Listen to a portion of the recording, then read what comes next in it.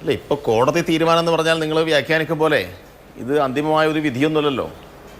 അതായത് നിയമപരമായും നേരിടാനുള്ള അവകാശം ഒരു വ്യക്തി എന്ന നിലയിൽ വീണക്കുണ്ട്, അവരുടെ കമ്പനിക്കുമുണ്ട്.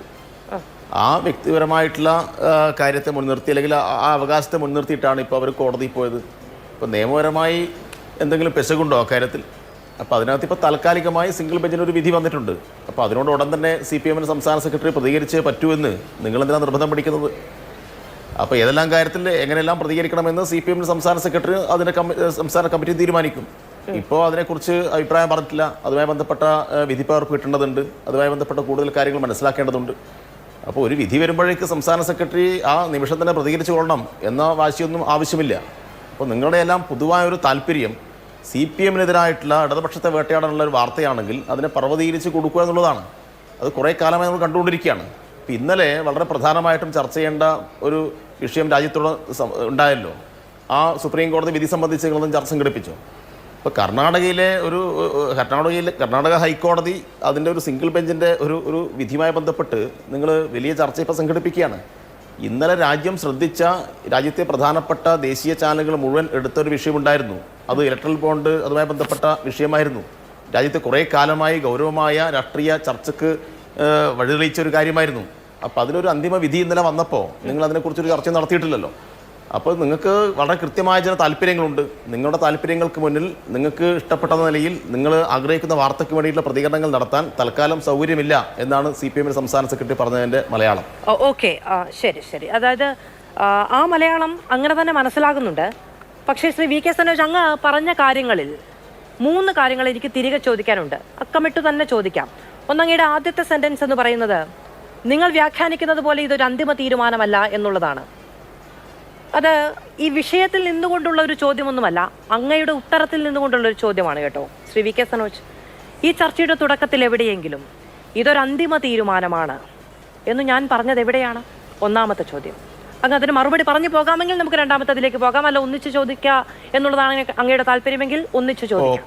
അല്ല, ഞാൻ പറയാം. അല്ല, നിങ്ങളുടെ ചർച്ചയും എന്തുകൊണ്ട് CPM-ന്റെ സംസ്ഥാന സെക്രട്ടറി പ്രതികരിച്ചിട്ടില്ല എന്ന ചോദ്യവുമൊക്കെ എനിക്കങ്ങനെ ഒരു ഉത്തരം നൽകാനാണ് എന്നെ പ്രേരിപ്പിച്ചത്. കാരണം നിങ്ങളുടെ ചർച്ചയുടെ ആ ചോദ്യത്തിൻ്റെയൊക്കെ അർത്ഥം എന്താണ് അതിൻ്റെ ഉദ്ദേശം? എല്ലാം കഴിഞ്ഞിരിക്കുന്നു, ഒരു വിധി വന്നിരിക്കുന്നു, അതിൻ്റെ വിധി പ്രസ്താവം അതിൻ്റെ കോപ്പിയെല്ലാം ആളുകൾക്കെല്ലാം ലഭിച്ചിരിക്കുന്നു. അപ്പോൾ അതെല്ലാം കിട്ടിയിട്ടും CPM-ന്റെ സംസ്ഥാന സെക്രട്ടറി ഒന്നും അനങ്ങുന്നില്ല എന്ന ധ്വനിയാണ് നിങ്ങളുടെ ചർച്ചയിൽ. അദ്ദേഹം അനങ്ങാതിരുന്നില്ല. അതായത് ഇതിനു മുൻപ് ഇതേ വിഷയം വന്നപ്പോൾ CPM പ്രതികരിക്കാൻ തയ്യാറായിരുന്നു. അതുകൊണ്ടാണ് ഇപ്പോഴെന്തുകൊണ്ടാണ് പ്രതികരിക്കേണ്ടതില്ല എന്നൊരു തീരുമാനത്തിലേക്ക് എത്തിയത്. അതൊരു വ്യതിയാനമാണല്ലോ. അപ്പോൾ ആ വ്യതിയാനത്തിനൊരു കാരണം ഉണ്ടാകുമല്ലോ, ഒരു ലോജിക് ഉണ്ടായിരിക്കുമല്ലോ പാർട്ടിക്ക് സാധാരണഗതിയിൽ എന്നുള്ളത് കൊണ്ട് ചോദിച്ചതാണ്. ഒരു വ്യതിയാനവുമില്ല മാധു, ഒരു വ്യതിയാനവുമില്ല. ഈ വിഷയം ഉയർന്നു വന്ന ഘട്ടത്തിൽ അതേ മണിക്കൂറിൽ തന്നെ ഒന്നും CPM സംസ്ഥാന സെക്രട്ടറി പ്രതികരിച്ചിട്ടില്ല. അതുമായി ബന്ധപ്പെട്ട ചില രാഷ്ട്രീയ ആരോപണങ്ങൾ അത് മുഖ്യമന്ത്രിയെ നേരിട്ട് ബാധിക്കുന്നതാണ്, മുഖ്യമന്ത്രിയെ കൈകാര്യം ചെയ്യാനുള്ളതാണ്, അത് മുഖ്യമന്ത്രിക്കെതിരായി നടക്കുന്ന ഗൂഢാലോചനയുടെ ഭാഗമാണ് എന്ന് കണ്ടപ്പോഴാണ് വളരെ കൃത്യമായ എഴുതി തയ്യാറാക്കിയ ഒരു പ്രസ്താവന തന്നെ മാധ്യമങ്ങൾക്ക് മുന്നാകെ CPM-ന്റെ സംസ്ഥാന സെക്രട്ടേറിയറ്റ് പുറപ്പെടുവിച്ചത്. അല്ല, നിങ്ങൾ ഇപ്പോൾ ഉണ്ടായ കാര്യം എന്താ? ഇപ്പോൾ നിങ്ങളിപ്പോൾ വ്യാഖ്യാനിച്ചു വരുന്നത് നേരത്തെ CPM പ്രതികരിച്ചിരുന്നു, ഇപ്പോൾ എതിരായ ഒരു വിധി വന്നപ്പോൾ മിണ്ടുന്നില്ല. കരാറിനെ കുറിച്ച് CPM-ന്റെ സംസ്ഥാന സെക്രട്ടേറിയറ്റ് എന്തിനു വിശദീകരിക്കണം എന്നായിരുന്നു. അതാണ് എന്റെ രണ്ടാമത്തെ ചോദ്യം. ശ്രീ VK സനോജ്, അങ്ങ് മറുപടി പറഞ്ഞതിൽ എന്റെ രണ്ടാമത്തെ ചോദ്യം അതാണ്. അതായത് ഞാൻ ചോദിക്കട്ടെ, അതായത് എക്സാലോജിക് സംബന്ധിച്ച് CPM എന്തിനു വിശദീകരിക്കണം എന്നായിരുന്നു അന്ന് ഈ ചർച്ചയിൽ ഉന്നയിച്ച ചോദ്യം. 2 കമ്പനികൾ തമ്മിലുള്ള കരാറിനെ കുറിച്ച് എന്തിന് CPM വിശദീകരിക്കണം എന്ന് തന്നെയാണ് അന്നും ചോദിച്ചത്. ഇന്നിപ്പോൾ ചോദിക്കുന്നുണ്ടല്ലോ, അങ്ങ് ചോദിച്ചില്ലേ എന്തിനാണ് CPM വിശദീകരിക്കുന്നത്? അന്നും അത് തന്നെയാണ് ചോദിച്ചത്. എന്തിനാണ് CPM അത് വിശദീകരിക്കുന്നത് എന്നാണ് അന്നും ചോദിച്ചത്. ഞാൻ നിങ്ങളോടൊരു ചോദ്യം ചോദിക്കട്ടെ, ഞാൻ തിരിച്ചൊരു ചോദ്യം ചോദിക്കാം മാധു. ഈ രാജ്യത്തെ 2 കമ്പനികൾ തമ്മിലുള്ള കരാറുമായി ബന്ധപ്പെട്ട് എത്ര SFIO അന്വേഷണം നടക്കുന്നുണ്ട്? എത്ര ഇന്ററിം സെറ്റിൽമെന്റ് ബോർഡുമായി ബന്ധപ്പെട്ട എന്തെല്ലാം പ്രസ്താവനകൾ, എന്തെല്ലാം ഉത്തരവുകൾ വന്നിട്ടുണ്ട്? എത്ര മറ്റേ ഇത് പ്രകാരമുള്ള ഹൈക്കോടതി വിധി പ്രകാരമുള്ള മറ്റന്വേഷണങ്ങൾ നടക്കുന്നുണ്ട്? അതെല്ലാം നിങ്ങൾ ചർച്ച ചെയ്യുന്നുണ്ടോ? എന്തുകൊണ്ട് നിങ്ങൾ ഈ വിഷയം ചർച്ച ചെയ്യുന്നു? ഈ വിഷയത്തിൻ്റെ ഒരു ഭാഗത്ത് മുഖ്യമന്ത്രിയെ കേന്ദ്രീകരിച്ചാണ് ഈ കാര്യങ്ങൾ പോകുന്നത്. അപ്പോൾ അങ്ങനെ മുഖ്യമന്ത്രിയെ കേന്ദ്രീകരിച്ച് പോകുമ്പോൾ സ്വാഭാവികമായിട്ടും CPM-ന്റെ PB അംഗത്തിനെതിരായി കേരളത്തിൻ്റെ മുഖ്യമന്ത്രിക്കെതിരായി നടക്കുന്ന രാഷ്ട്രീയ ദുഷ്ടലാക്കോടുകൂടിയുള്ള ഇടപെടലാണ്. അപ്പോൾ അതിനെ ശക്തമായി CPM പ്രതിരോധിക്കും. അതിനെ നിങ്ങൾ മറ്റു തരത്തിലും വ്യാഖ്യാനിക്കേണ്ട കാര്യമില്ല. അതിലെല്ലാം ഇന്നലെയും പ്രതികരിച്ചിട്ടുണ്ട്, ഇന്നും പ്രതികരിക്കും, നാളെയും പ്രതികരിക്കും. മുഖ്യമന്ത്രിക്കെതിരെയാണെന്ന് നിങ്ങൾക്ക് ഇപ്പോഴും നല്ല ബോധ്യമുണ്ട് എങ്കിൽ പിന്നെ ഇന്ന് എന്തുകൊണ്ടാണ് അത് മുഖ്യമന്ത്രിക്കെതിരെ അല്ല എന്നൊരു തോന്നൽ ഉണ്ടായത് എന്ന് ഞാൻ ചോദിച്ചേ ഉള്ളൂ. എനിക്ക് ഒരു ചോദ്യം കൂടിയുണ്ട് ശ്രീ VK സനോജ്. അതായത് അല്ല മുഖ്യമന്ത്രിക്കെതിരെയുള്ളതിനെ മാത്രമേ പ്രതികരിച്ചിട്ടുള്ളൂ, ഈ കാലത്ത് പ്രതികരിക്കേണ്ടതില്ല എന്നാണ് പറഞ്ഞത്.